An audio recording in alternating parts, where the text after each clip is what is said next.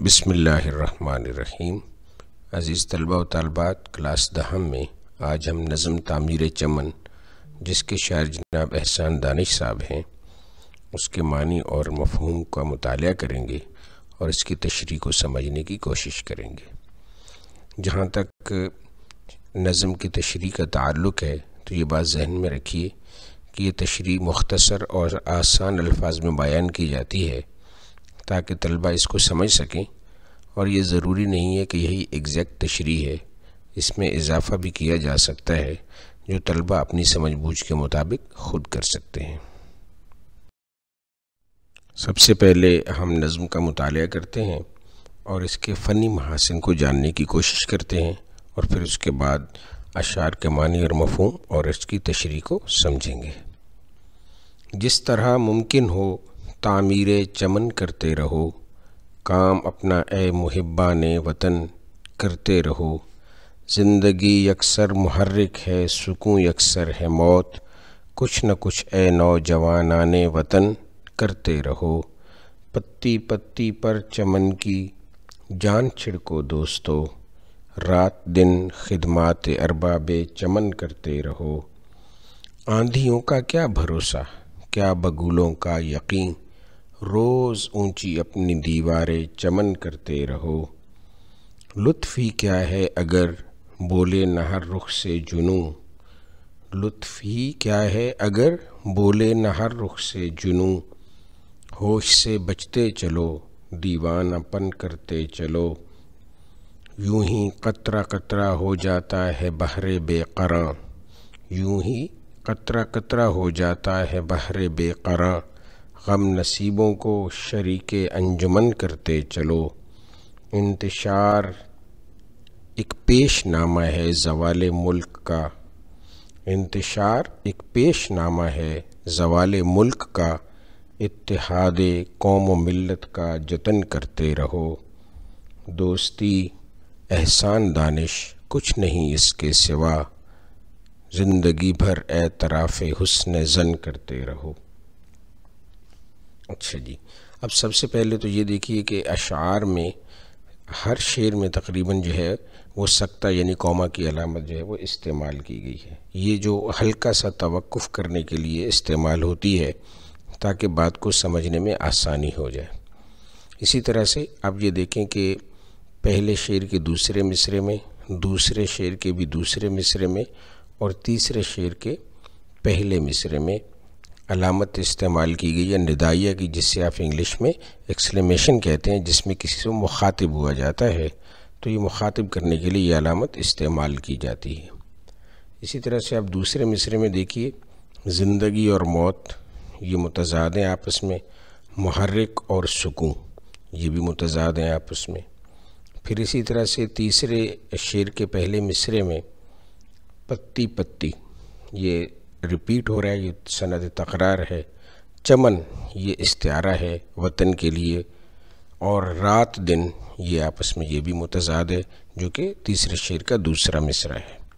इसी तरह से शेर नंबर 5 है, उसमें पहले और दूसरे, पहले मिसरे का आखिरी लफ्ज़ और दूसरे मिसरे का पहला लफ्ज़ जुनूं और होश ये आपस में मुतज़ाद हैं।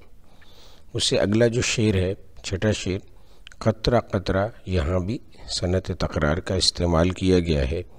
और उसके बाद जो 7वां शेर है उसमें इंतशार और इत्तिहाद, यहाँ पर सनत तज़ाद का इस्तेमाल किया गया है। तो ये कुछ फ़नी महासिन थे जो कि इस नज़म में शायर ने इस्तेमाल किए हैं, और ये फ़नी महासिन नज़म की और अशार की ख़ूबसूरती में इजाफ़ा करते हैं। पहला शेर मुलाहिज़ा हो, जिस तरह मुमकिन हो तामीरे चमन करते रहो, काम अपना ए मुहिब्बाने वतन करते रहो। अब तामीरे चमन, चमन की तामीर, चमन यहाँ पे बतौर इस्तिआरा इस्तेमाल हुआ है वतन के लिए, मुल्क के लिए। मुहिब्बाने वतन, वतन से मोहब्बत करने वाले यानी मुहिब्बे वतन लोग, यानी अवाम की बात हो रही है, पब्लिक की बात हो रही है। अब इस तशरीह देखिए कि जब भी कोई शायर अपनी कौम से कोई बात कहना चाहे तो उसका अंदाज़ तकल्लुम यही होता है कि ए मुहिब्बाने वतन, यानी ए अपने वतन की खैर चाहने वालों। इस अंदाज़े तकल्लुम में शायर का ख़ताब सबसे होता है। यहाँ शायर एहसान दानिश भी कौम के हर फ़र्द से मुखातिब हैं। वो कहते हैं कि वतन से मोहब्बत करने वालों, जिस तरह भी मुमकिन हो वतन यानी पाकिस्तान की तामीर व तरक्की में अपना किरदार अदा करते रहो। ये आज़ाद वतन और आज़ादी अल्लाह की नेमतों में से एक बहुत बड़ी नेमत है। इसकी हिफाजत भी जान की हिफाजत की तरह ज़रूरी है। कुदरत ने हमें आज़ाद वतन दिया है, हम सब अपने वतन से मोहब्बत करते हैं। सो हर फ़र्द पूरी ईमानदारी और खुलूस नियत से अपने हिस्से का काम करे। यानी जो फ़र्द जहाँ जहाँ काम कर रहा है वो पूरी ईमानदारी, ज़िम्मेदारी और सच्चाई से इस काम को अंजाम दे। इसी सूरत में ही वतन की तामीर मुमकिन होगी। इसी सूरत में हम तरक्की करेंगे और आगे बढ़ते जाएंगे। अगला शेर देखिए कि ज़िंदगी यकसर मुहर्रिक है, सुकून यकसर है मौत, कुछ न कुछ ए नौजवानाने वतन करते रहो। अब सबसे पहली बात तो ये अक्सर का मतलब होता है पूरी की पूरी। मुहर्रिक मतलब हरकत करना, कोशिश करना, जिद्दोजहद करना, और सुकून का मतलब यहाँ पर है काहिली, बेकारी, कोई काम न करना। तो यहाँ पे शायद ज़िंदगी का जो मकसद है वो कोशिश और जद्दोजहद करार दे रहा है, और काहिली या बेकारी को वो मौत करार दे रहा है।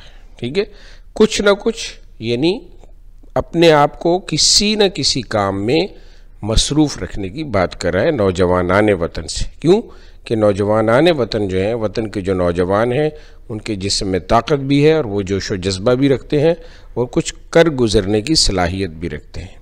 अब ज़रा इसकी तशरीह की तरफ चलते हैं। ज़िंदगी हरकत और कोशिश का नाम है। इरशाद खुदाबंदी है कि इंसान को वही मिलता है जिसके लिए उसने कोशिश की है। तर्क अमल और सुस्ती का रवैया तनज़्ज़ुली और बर्बादी का बाइस बन जाता है। इस शेर में शायर का अंदाज़ तकल्लुम पहले शेर की तरह ही है, जैसे वो पूरी कौम से मुखातिब है। शायर कहता है कि ज़िंदगी तो मुसलसल अमल का नाम है। जहाँ पे इंसान ने अमल छोड़ दिया वहीं पे उसकी ज़िंदगी गोया मौत का शिकार हो गई। जब इंसान मुतमईन होकर बैठ जाता है कि वो ज़िंदगी में एक ख़ास मंजिल तक पहुँच चुका है और यही इसका मकसद भी था, तो गोया अब उसकी ज़िंदगी का सफ़र इख्तिताम पजीर है। जोहद मुसलसल ही असल ज़िंदगी है।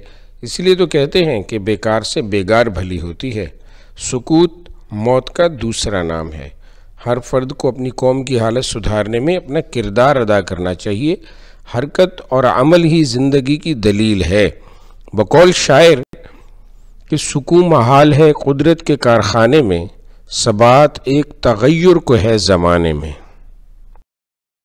अगला शेर देखिए कि पत्ती पत्ती पर चमन की जान छिड़को दोस्तों, रात दिन खिदमात अरबाबे चमन करते रहो।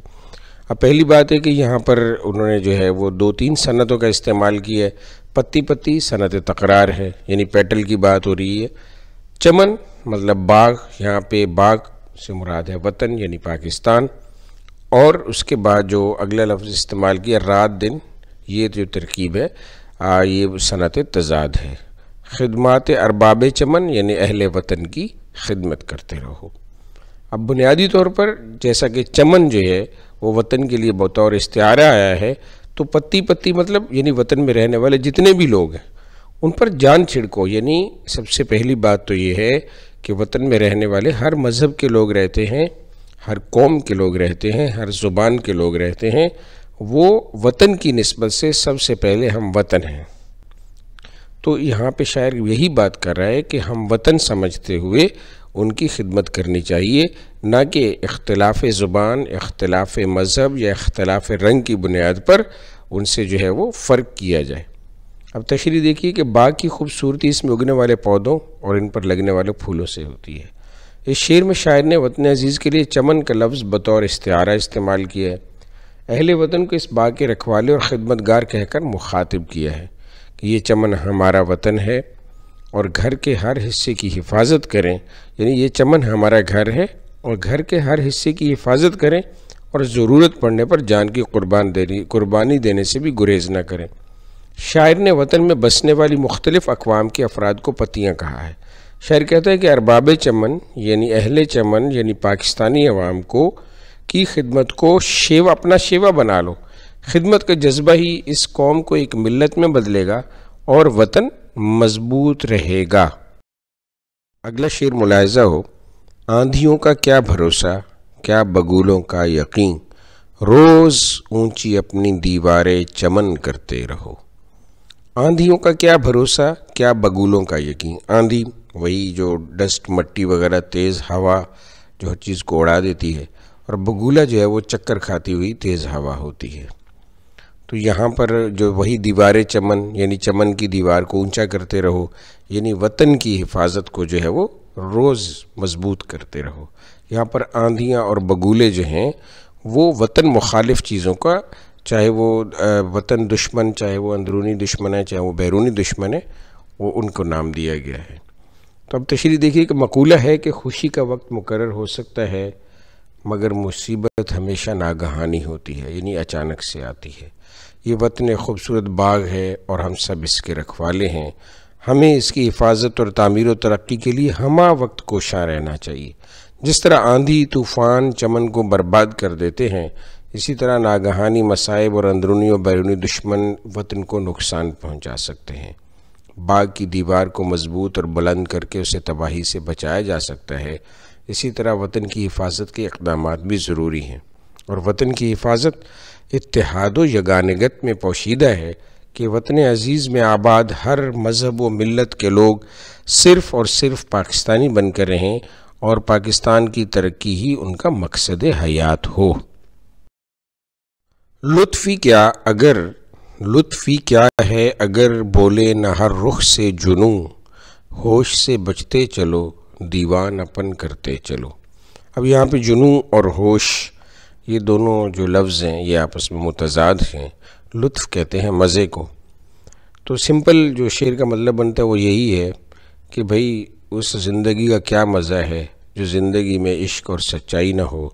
तो इसलिए अपने आप को दीवाना बना डालो, यानी सच्चे आशिक अपने वतन के बना डालो। अब इसकी तशरीह देखिए कि हम सब अपने वतन से मोहब्बत करते हैं और मोहब्बत का दम भरते हैं, उसकी हिफाजत में जान देने का आज़्म करते हैं। शायर कहता है कि ये हुब्बुल वतनी का दावा उस वक्त तक महज दावा ही रहेगा जब तक वतन की तरक्की में हमारा जुनू सबको नज़र ना आने लग जाए।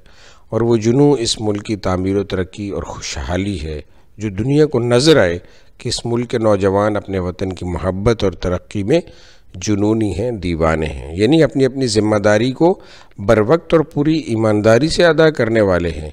वतन की मोहब्बत के मामले में होश व खिरद और तावील से काम लेना हुब्बे वतन के मनाफी अमल है। यूं ही कतरा कतरा हो जाता है बहरे बेकरां, गम नसीबों को शरीके अंजुमन करते रहो।